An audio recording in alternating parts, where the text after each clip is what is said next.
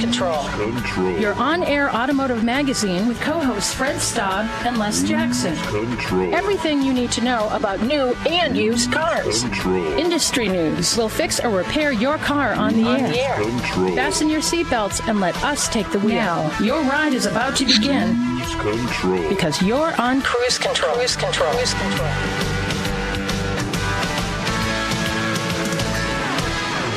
Hello and welcome to Cruise Control, your on-air automotive magazine. As usual, we're here to talk all about the industry and various models of vehicles and what's going on. Naturally, you know us. I'm Les Jackson. That other guy at the other mic is Fred Staub. And yes, he looks familiar. That's because he is. And we are going to really just get right into it, starting with Mitsubishi. We don't talk about Mitsubishi very often. No, we don't. But, and unfortunately for them, Les, they have not had a lot of product to talk about. No. And that is changing. Something called Momentum 2030, which is their new plan they introed this week to save itself in America, and they've got plenty of product coming out because it's all about product when it comes to selling cars. And they've always made interesting products, so I'm looking forward to it. And get ready for GM's plug-in hybrids, and one exec wants the Camaro to return, but only if it's a pony car. Here we go again. It's up and it's like a sine wave. Yeah, well, they see that Mustang still sells well, and competition is what it's always been about. Ford versus Chevy, Chevy versus Mopar. So there you have it. Mm-hmm. And speaking of Mustang, Fred. Yes. It may become its own brand, and a possible sedan might be added to the lineup. Now, this really intrigues me. I have to say, I'm rather excited about this. Yeah, it does so well for them, and Jim Farley has said, hey, maybe there's other things we can do with the Mustang and other forms of it beyond the Mustang Mach-E. As I said, maybe a real sedan. We'll have to see. We'll have to see what people think about that. Yeah, rear wheel drive. Absolutely. And let's talk a little tech about wheels. We're going to tell you about some new technology that might keep your wheels from falling off your vehicle. That's good. We're gonna invite Boeing to this to this show. And speaking of things falling off, why are so many Tesla owners not paying for the full self-driving software? Yeah. And of course, we say, why should you? Yeah. But we're also going to have a at-the-wheel review of one of my favorite cars, the Volkswagen GTI. It is the last year for manual availability. So we'll talk about that and what they're doing to kind of celebrate the manual. The ultimate anti-theft device on Cruise Control.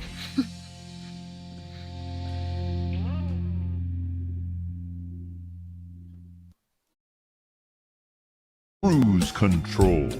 And welcome back to Cruise Control, your on-air automotive magazine. Fred Staub and Les Jackson. Les, you and I were talking about the Mitsubishi brand. Yep. And the problem was they don't really have a big product lineup. They do have a plug-in hybrid SUV, which is great. I think they were the first to have a plug-in hybrid SUV. But they have just 4 models in the U.S., the Outlander, the Outlander Sport, the Mirage, and the Eclipse Cross. The Mirage is going away. Mirage is a very inexpensive vehicle, 3-cylinder. But not a lot for them to sell. They're supposedly going to bring in a plug-in hybrid small crossover, which would be an excellent thing to add to their lineup. But this week they kind of revealed the roadmap for what they're going to do. They call it a 5-year business plan, the Momentum 2030 plan. And it's going to have one new model every year from 2026 on.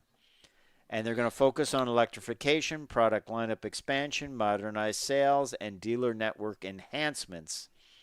Plug-in hybrid crossover is coming, an adventure-focused passenger van. There's a niche that I never thought they would play in.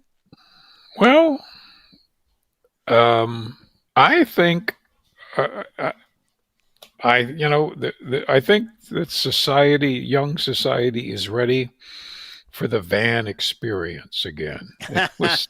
It was a big deal in the 60s. Get out that crushed velour. You got it. The orange and yellow shag carpet. Yes. It was a lot of fun. Yeah, I remember reading Hot Rod Magazine, and that was Hot Rod Magazine, it was all about vans. It was the van craze, And you saw things like with the beanbag pillows and a fireplace in a van. And, yep. All kind of crazy graphics and names on the van. And everyone I knew who had a van had they had usually all kinds of interesting paint schemes on the outside. Yeah. And the whole things were carpeted on the walls and the roofs. Or they had paneling. That's always a plus. They had paneling. And there was always there was always lots of I'm just going to say frivolity in the vans. Yeah, frivolity. That's a good way to do it. Yeah. Yeah. Actually, those vans now are super expensive if you want to get a vintage, Dodge Tradesman or something like that. Oh yeah, I guess. Now I don't quite know what this van will be, but I think it will be an interesting concept. They call the DX concept a 6-seater plug-in hybrid minivan. That was launched at the Japan Mobility Show, so it could be something like that. And a small hybrid pickup truck is now ruled out. Well, they sell well. Always, yeah. I can see that. And they're easy to build. And production in the USA will leverage Nissan facilities. Obviously, they are part of Nissan. So it's all about having stuff to sell. Right now they don't have a lot of stuff to sell. So I think it could get interesting. What do you think? I hope so. I've just always had a soft spot for Mitsubishi. Their cars have always been interesting, if not exciting. They have been exciting as well. The 3000 GT VR4 was spectacular. Yep. My favorite sports car ever. Mm-hmm. But that's a long time ago. Long time ago, yeah. Well, you and I have documented the march towards at least a swerve away from EVs. Not that they're going completely off the map, but and then a kind of a turn back to plug-in hybrids. And GM sometimes can be like a big ship that it takes miles to turn around, or slow down or speed up. They are going to launch new plug-in hybrids in 2027, which is a ways off. I wish they could do these things sooner, but they are doing this for a decline in the demand of EVs. It seems like they should be able to do it a year sooner, but it's taking them a while. But they'll be introducing them in the fall of 2026, which is just 2 years away. Yeah. A lot of these vehicles, if they can leverage some of them that they build in China, they have like plug-in ranges of 100 miles. Yeah, it's terrific. and that would be great. So let's talk about that when we come back, and also the Camaro potentially coming back when we come back on Cruise Control. Cruise Control. And welcome back to Cruise Control. We're going to bring back the Camaro, folks. Okay, before the end of the show.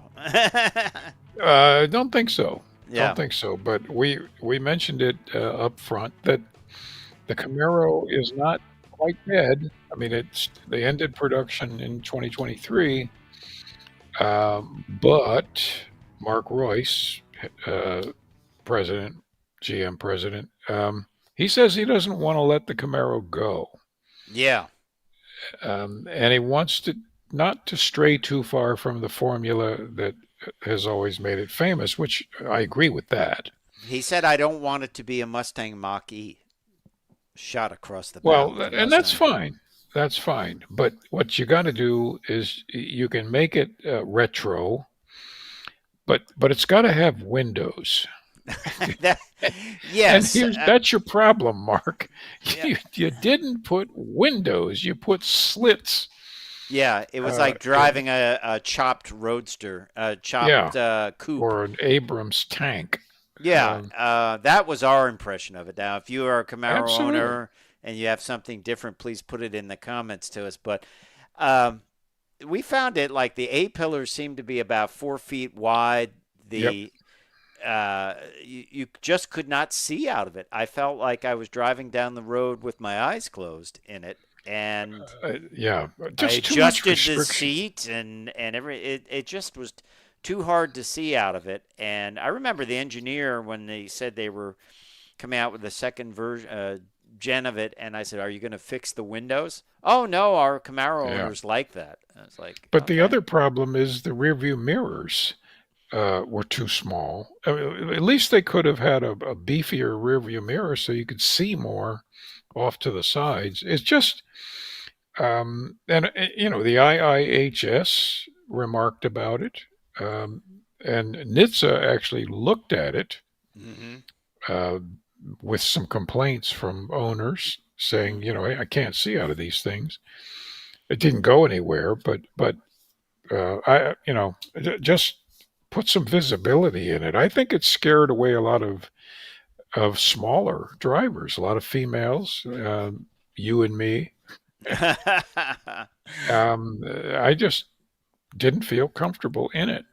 Yeah, and then the other thing was it was supposed to be the not entry level but affordable performance car in the GM lineup. And if you wanted to get a SS with a V8 in it, it got incredibly expensive. Yeah, not affordable.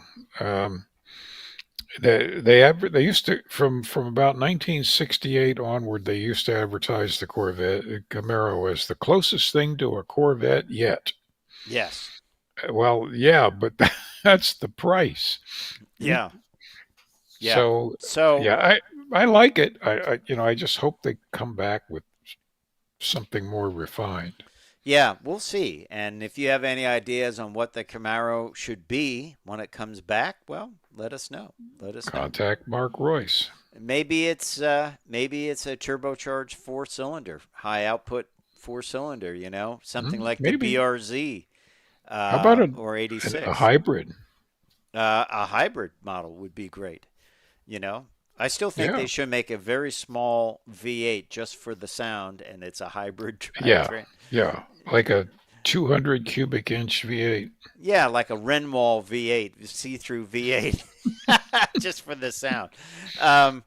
But I don't know. Yeah, certainly not another crossover. Let's not make it a crossover and call it a Camaro. Let's just not do that. But anyway, meanwhile, over at Ford, they have no problem selling Mustangs, and they want to keep that V8 power under the hood. And so much so that they want to perhaps, according to Jim Farley, create a brand around Mustang, including multiple versions of the car, a supercar, a sports sedan, an electric crossover, and even a sedan, a sports sedan. Yeah, I said sports sedan. What do you think of that? I mean, they don't have sedans right now. Now they have a popular platform that can be had with a Turbo 4 or a V8. Imagine that, a V8 powered sedan. I That's somewhat love the affordable. idea. I love the idea. I can imagine a four-door coupe like Mustang, call it the Stallion. Mm-hmm. I think it would be very appealing. Yeah, yeah, I think so too. I think this might be more than a trial balloon. I think it might be on the way. Um, they don't have a sedan, and I think that would be a great way to do it. It would make it more than just, hey, that safe mid-size sedan, like a Focus or what was their mid-size sedan? See how quick you forget? I think they should send questionnaires out to, a couple million Mustang owners and say, what do you think about this idea? Yeah, yeah. I'm sure they do. They focus group it, but I think it would be neat. And you let us know what you think in the comments. If you think that would be a good idea to have a four-door Mustang and some other variants of it with V8 power or the Turbo 4. I think it'd be a great way for Ford to keep their foot in the sedan business. So let's see. Let's see. I've seen some renderings on the web, and they look actually pretty nice. These are just people playing around with Photoshop, but I thought, yeah, that actually looks buildable. So we shall see if that is something that is coming to a garage near you. Ford also wants to make your next EV a little bit more affordable. We told you about this. Jim Farley has the Skunk Works going on how to make EVs less costly. And it is perfect timing because you and I talked extensively about the tariffs put on Chinese cars, and he himself said he's not making any money on electric vehicles, losing a lot on each sale. So he's got Skunk Works platform going on right now, or team going on, how to make these vehicles less expensive. It would be interesting to see if they use some of Tesla's ideas, like gigacasting or changing out how you build it as far as not using an assembly line approach. I don't know. Using humanoid robots like Mercedes has done. What do you think? I think all of that I don't. technology is being looked at. Well, yeah. Any breakthrough that makes manufacturing on a large scale significantly cheaper, they'll jump on it. What that'll be, I don't know. And really, the only component of an EV that's just unfortunately really expensive at the moment is the battery. Right. All the rest of the stuff, you can just keep making it easier to build and therefore cheaper. And, the big thing, too, is it will have to be built in the U.S. Because that we're going through the whole tariff situation now. So be interesting to see what they come up with. I'm excited about the EV3 that's going to come out on the 24th from Kia. It almost looks like an electric Soul to me. And it has the EV9 styling. So we talked about that last week on Cruise Control, and I'm just excited to check that out and see what it will be like. And they do a good job with it. So, hey, we'll keep you informed on that on Cruise Control. Coming up, we're going to talk technology that prevents your wheels from falling off, which is good news for anyone. I think most people would like that. And we're going to ask, why are so many Tesla owners taking the trial of full self-driving software, but they're not converting those people into subscribers? So Right. We'll talk about that. And I'll also have an at-the-wheel review of the Volkswagen GTI. This is the last version of this vehicle to get a manual transmission. So we'll talk about that and what they're doing to celebrate the stick when we come back. Okay. Cruise Control. Welcome back to Cruise Control. Fred, Yes? how about talking tech? I love to talk tech. How about you? Why not? Why not? We can. We already talked about how to protect your car from being ripped off. So what about keeping wheels from coming off? I mean, Yeah. Frankly, I didn't realize this was such a large issue. Do you ever watch those? I know tires do on trucks, but Yeah, you ever watch those videos where a wheel comes off, their dash cam, and where it comes out of nowhere and flies into the windshield? It's kind of scary, isn't it? yeah. But there's a way to prevent that, and it comes from Sumitomo Rubber Industries, and they are the parent company of the Falcon tire brand. They have a new sensor that will be integrated into the software, into the vehicle's controller area network, or CAN. It detects wheel speed signals and other information, and when the lug nuts are loose, the wheel vibrates and could cause eccentric rotation. And it claims this technology can detect these movements and realize, hey, that's a loose wheel.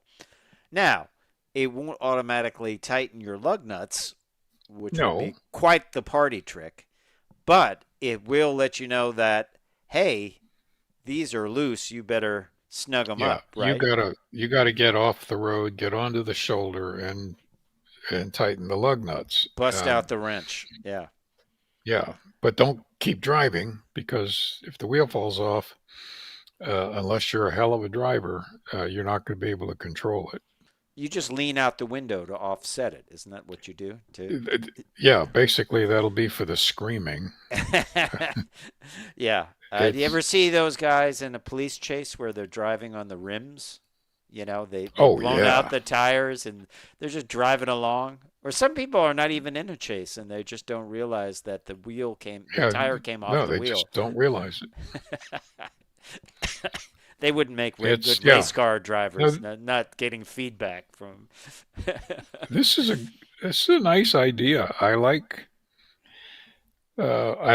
having a sensor that'll tell you that a major component of the car is about to make you go out of control. It's about to depart the vehicle. They also say this could lead to a simpler but yet very effective tire pressure warning system where you wouldn't have to put tire pressure monitors in the tire, in the wheel, So that's interesting. Right.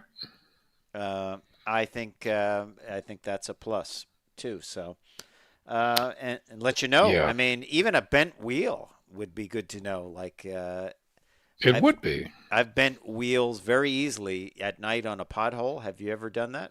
Or a steel wheel? I have. It makes me very angry. Yes. I still see a pothole that caused it nearby. They patched it, but I was like, that's the one that bent my wheel. Yeah. I was able to fix the wheel with a block of wood, and it works fine. But man, if it's an aluminum wheel, it might break it. It's a good argument for a steel wheel and not an alloy wheel. That's right. Alloy wheel, I would be buying a new wheel because it would have been in a piece, and I would have been stuck. So, but anyway, good tech there. I think it's good tech, and I think we'll probably see something like this. Maybe not required, but it will become more commonplace, right? I think so. Yeah. As people become more divorced from the intricacies of their vehicles, you become isolated. Yep, I agree. Here's a study that I found pretty interesting. It comes from Go Banking Rates, a site, Go Banking Rates, right? They tried to study the average driver's fuel cost over a lifetime. And they averaged what they spend on gas per state over the course of the decades of driving. And here's some of the results. Wyoming, the average person over the course of their life spends $201,698.22. The next most expensive place is California, $167,266. Nevada, $158,450. Georgia, $158,176, and New Mexico, $156,656. Now, I'm hoping that in the East, we in the East are spending less than they do, because those are wide open states. Yep. With a lot of driving. Yeah. A lot of distance. I probably spent, I figure I've driven about 1.7 million miles.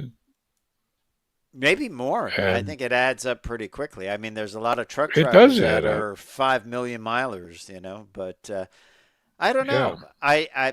Here's the thing. It's nice to know, but you know what? If you need to go somewhere and you need to put gas in your car, or you just need to do it. Well, that's right. If you spent less in gas than you would have for a cab for all those miles. Right. So it's just fun calculation. Think with that world's greatest amount of miles Volvo with 3 million miles on it. Think of what he spent. You had to put gas in that to make it go. Yeah. Here's an interesting factoid from Inside EVs. Okay, so you get a free trial of Tesla's full self-driving, if you want it, full self-driving software, a 1-month free trial of the software. So what happens, they call it a conversion rate from trials to people that buy it. Just 2% of the almost 35,000 Tesla owners in the free trial converted to paid subscriptions of the full self-driving purchase. That's only about 50 takers. The technology is still labeled as an SAE Level 2 driving system, which is a far cry from what it's supposed to be. That is correct. And people just don't pay the $99 monthly fee. Well, you shouldn't. You shouldn't, because first, you're smart enough to believe that it's not self-driving. And why would you pay for it? You're just trusting something that is not going to drive for you all the time. Right. And you're paying $100 a month. NHTSA has asked Tesla for information on every car it has delivered in the United States. Requests include numbers and dates of autopilot warnings, mileage figures for pre- and post-recall autopilot usage, and the number of warnings its vehicles have given to drivers to keep hands on the wheel. Well, that ought to take up a weekend to get all that information. We'll put Bob on that one. And, hey, can you get this to me by end of business day? Yeah, we'll send you about 3 dozen pizzas. Yeah. And you get bathroom breaks. So, as much as this is ballyhooed, people don't think it's worth that much money, do they? Well, that's interesting, because when it comes down to actually using it, how much are you using it? Even if it was driving itself as it claims that it is, it's not. How much are you using it? Yeah, exactly. And is it worth another $1,200? A year. Per year. Yeah. I don't know.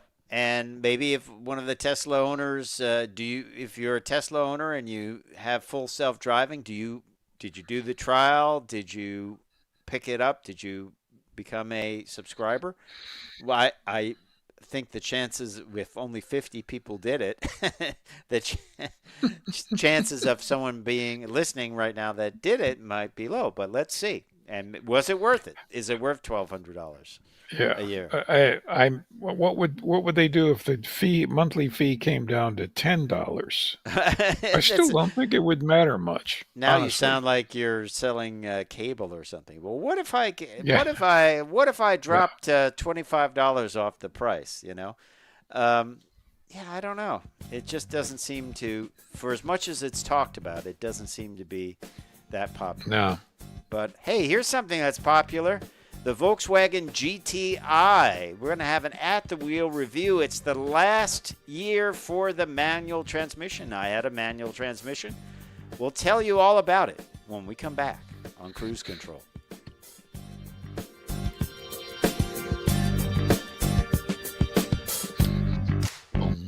Yeah.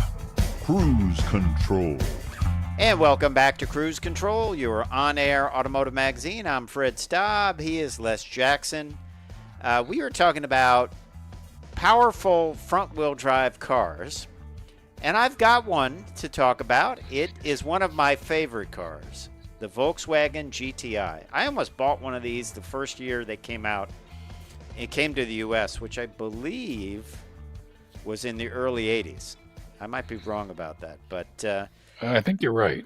yeah. I always liked the vehicle. It was sporty. It feels like you're on the Autobahn. It has a hatch, so it's useful. It's performance oriented, but it's not over the top. And this is the Mark 8 version of this, and the GTI is celebrating 50 years. 50 years of GTI-ness. And ours is a 2024 model. It is the last of the manuals. The manual goes away in 2025, and you'll just be able to get it with the 7-speed DSG transmission. Of course, you can get this with that as well, but we had the manual. We also had the plaid interior. I love the plaid interior. I've heard it called Titan. I've heard it called scale paper.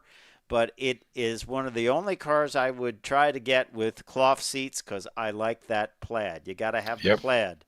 Matches my shirts. On the inside, they're kind of premium materials. A lot of soft touch, suede, padded. And what's nice is they padded the inside of the big storage buckets on the doors, which is a nice little touch. So kind of a premium feel on this for a small car. And yeah, it came with 3 pedals. Maybe they messed up at the factory, put a third one in. Got the golf ball type look on the shifter, which is also comes with the plaid seats, 2 of the original features. This, of course, has the odd styling touch buttons where they put the defroster over on the left-hand side of the steering wheel. I'm still not quite, down with that from Volkswagen, but good news is for 2025, they're doing away with some of these buttons. They're lighting some sliders. They've heard us. They're going to make it a little bit better. Heated seats, heated steering wheel. I find the touch screen to be a bit finicky. These controls on the steering wheel are going to become regular buttons in 2025, and a much more easy-to-use infotainment system is also coming. Really nice interior. It's got the indirect lighting, the blue lighting. It's got wireless charging. And out back, we still have the plaid seats. And a nice feature here, these things fold down relatively flat and make a relatively flat load floor compared to some of the other vehicles that you normally get in this price range. Decent legroom. I will say this, the front seats, while very comfortable, are very tall. So if you're going to sit in the back seat, you're going to be looking at the back of the driver's seat. So they're very tall. Had a couple of pockets on them for putting in your phone or something like that, which was good. And then a couple of USB lighted ports, USB-C lighted ports, and some great LED lighting all around the interior. which I liked a lot. Overall, great job on the interior. The screen is a little small. In 2025, it's going to get a lot bigger. I'm sure they will keep the plaid seats, though, and the red stitching. Nice premium feel to this. Liked the gauge layout. Liked everything about it. Out back, you tilt the logo, and you get a pretty nicely finished storage area. Hatchback, 12-volt plug. And then a nice flat load floor, which also, thankfully, features a compact spare, which also shares the space for the amplifier. Love the pass-through. It's for skis, but it's great if you got to bring something a little bit longer than you normally do. Now, under the hood, we've got the EA888 2-liter turbo engine, pumps out 241 horsepower, 273 pound-feet of torque. And this one had the 6-speed manual, but as I mentioned, you can also get a 7-speed DSG transmission. To celebrate the last year of the manual, they have the GTI 380 kind of appearance package. It gets a black roof. It gets these great 19-inch aluminum alloy wheels with 235 summer performance tires. I love the black mirrors. I love the black roof. That's great. And these wheels are great-looking factory wheels. Great stance on this vehicle, too. It's lowered down. Wouldn't change anything about it. I keep those wheels. I just wouldn't change anything about it. It looks great. I also like the out back, the dual exhaust. And overall, just a win. This vehicle is with this GTI 380 that only comes on every trim level, S, SE, and Autobahn, but only comes if you get the manual transmission. So it's sort of a way to celebrate the manual transmission's last run. I just think it's perfect as far as the looks and the wheels and the stance. I wouldn't change a thing. Ours was in a King's Red with the black roof exterior, part of that package. It had the Titan black and plaid cloth interior. They call it scale paper plaid. And mileage, decent on the highway, 34, in the city, 23, which is a little low, and 27 for the aggregate number. Not really rated for safety yet on this vehicle, but should be known that all Mark 8 Golf vehicles are built in Wolfsburg, Germany. They used to be built in Mexico. Now they are built in Wolfsburg, Germany, which is really, I think, a nice thing for a car that means so much to the Volkswagen lineup. Loved the way it drove. Loved the way the manual worked. It has hill hold on it, so it will just hold the brakes for a little bit after you press the clutch in, and makes for smooth takeoffs if you're on a hill. What would I change about it? Not a heck of a lot. Not a heck of a lot. It's pretty enjoyable. I would change the controls. I would love to see knobs. They're not going to do that in the next version, which is really an enhancement. They will light some of the sliders and put some buttons back on the steering wheel.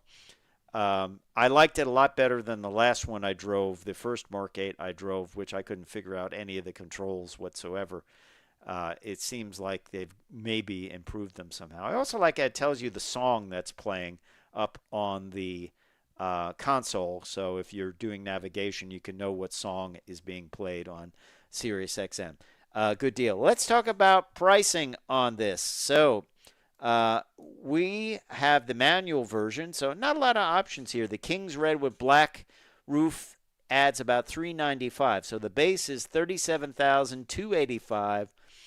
And then the King's Red with black roof adds $395 with destination, all in $38,830. Not inexpensive, but it is a fun hot hatch. It certainly holds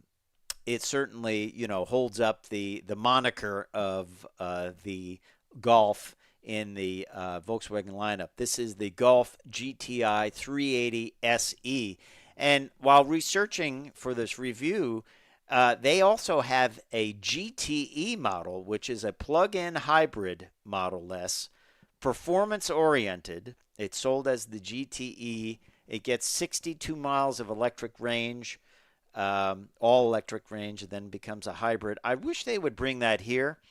I'm hoping they do, because we could use more plug-in hybrids. That is quite interesting as well. I don't know what the pricing would be on something like that, but 62 miles of electric range is a pretty good deal. So exciting. We no longer get the regular Golf here in the U.S. We only get the GTI. But I know you'll like this. The new GTI will have an option for a front lighted logo, VW logo, and I think I would pop for it. It's just cool. But I kind of do like that sort of thing. Well, hey, we hope you enjoyed that At the Wheel review of the 2024 Volkswagen GTI 380 SE. It's time for me to say I'm Fred Staub. I'm Les Jackson. We are going to see you down the road. Bye.